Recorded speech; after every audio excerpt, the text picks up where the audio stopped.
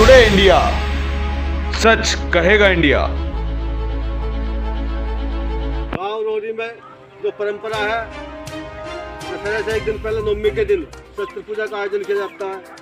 और शस्त्र पूजा के जो आयोजन है, इसका सिर्फ एक ही उद्देश्य रहता है, ताकि लोग बाग शस्त्रों से जुड़े, हथियार रखना सीख के, और जिसके पास हथियार है उसे साफ करे। क्योंकि जिसके पास है भी तो वो जब बताओ ना अपना हथियार ले तो गाड़ी मैं ढूंढूंगा पहले है कहाँ, फिर लावे तो उधर जंग लगा हुआ पावे, तो उसके पे सफाई करने में हमारे हाथ और दुखन लगे। तो यार सब लोग अधिक से अधिक हथियार रखें। और जो ये पुरानी परंपरा हमारी क्षत्रियों की, हथियार रखने की और हथियारों को केयर करने की, हथियारों का रख रखाव करने की, वो इसीलिए बनाई थी ताकि विजयदशमी पर, क्योंकि इसके कई पर्व हैं। कोई दुर्गा माता से भी जुड़ा हुआ पर्व है, राम जी चंद्र से जुड़ा हुआ है, ऋतु परिवर्तन से भी है। और कुल मिला के ये था कि भाई जिसमें भी हथियार हैं उन हथियारों की साफ सफाई हो, उसकी पूजा हो और उसको पता लगे कोई भी अच्छी चीज़ है उसको दिखाने में दिक्कत क्या है। लेकिन जिस पे है भी ना, वो उसे ऐसा रखे अंदर दबा के, वह पता न चले क्या सारी गाज उसी पे पड़ेगी आकर। आज तक हमें 14-15 साल हो गया, आज तक हमसे किसी ने नहीं देखा भाई तुम कहाँ से हथियार रखो। लाइव चल रहा है, आज तक किसी आदमी ने कहा तुम हथियार क्यों रखो, क्यों पूजा कराओ, कहाँ से ला रहे हो, कहाँ दे रहे हो, क्या है।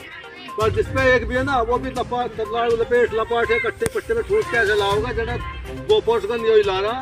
और बस CBI सारी जितनी भी इंटेलिजेंस एजेंसी इसके पीछे पड़ जाऊंगे आज।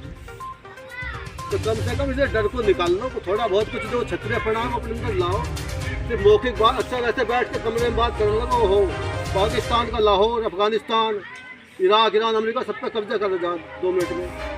यार हमारे से बड़ा कोई था ही ना, हमारे तो कई पिंडों का वो है जो। तो वास्तव में कुछ ना रखा, थोड़ा बहुत ग्राउंड पे भी आदमी को होना चाहिए।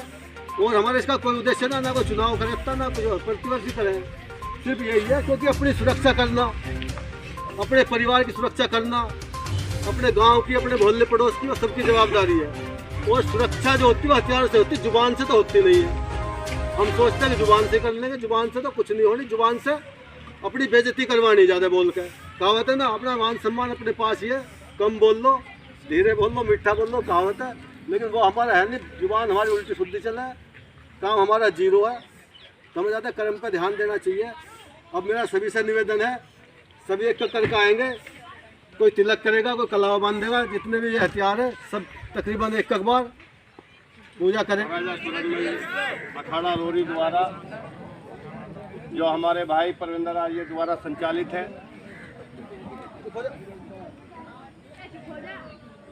इस समारोह में भाई गजेंद्र सिंह जी पतला, जगत सिंह जी दोसा,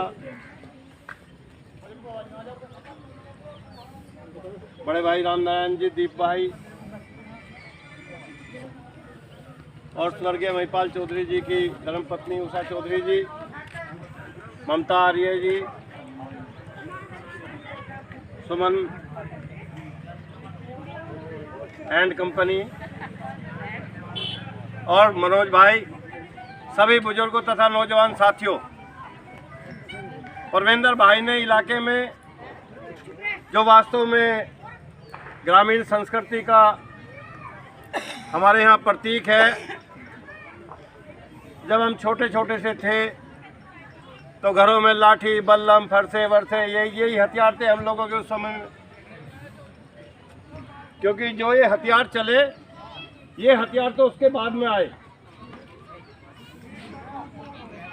लेकिन हमारे बुजुर्ग लोग इतने बलशाली थे कि वे छोटे हथियार से भी बड़ा काम करते थे।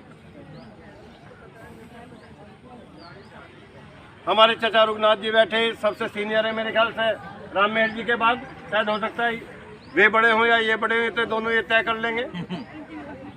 लेकिन इतने बहादुर है, 1 साल तो गाजीपुर बॉर्डर पर हो गया लेटे लेटे, आए नहीं आज तक, 1 आध दिन के लिए आए कभी कभी।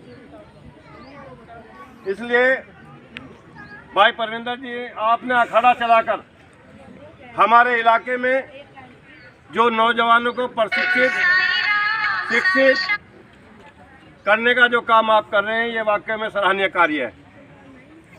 और पेंशन लेने के बाद, सेवा से पेंशन आने के बाद, मैंने देखा जो भूतपूर्व सैनिक हैं वे सब अपने और कार्यों में लग जाते हैं। लेकिन आप वास्तव में भारत की नींव तैयार कर रहे हैं।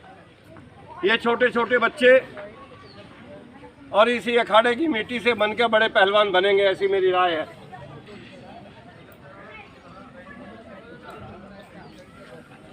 राम राम लाला भाई। आज साथियों हम बहुत व्यस्तम कार्यक्रम में हैं, लेकिन इसके बावजूद भी जैसे ही हमें पता चला कि भाई परविंदर आर्य जी का एक कार्यक्रम है आज, हमने सारे कार्यक्रम तोड़ के मैंने कहा भाई के प्रोग्राम में चलेंगे।